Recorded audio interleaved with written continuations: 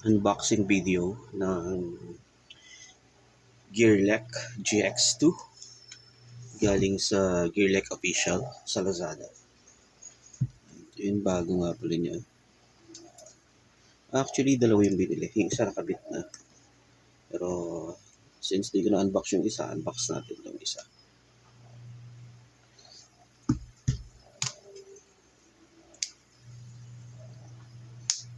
Tapos review na rin tayo after nito. Tingnan natin kung sulit ba. Kasi nakalagay sa kanya is 1,000 meter intercom or 1 kilometer IP67 5.1 Bluetooth. So yan.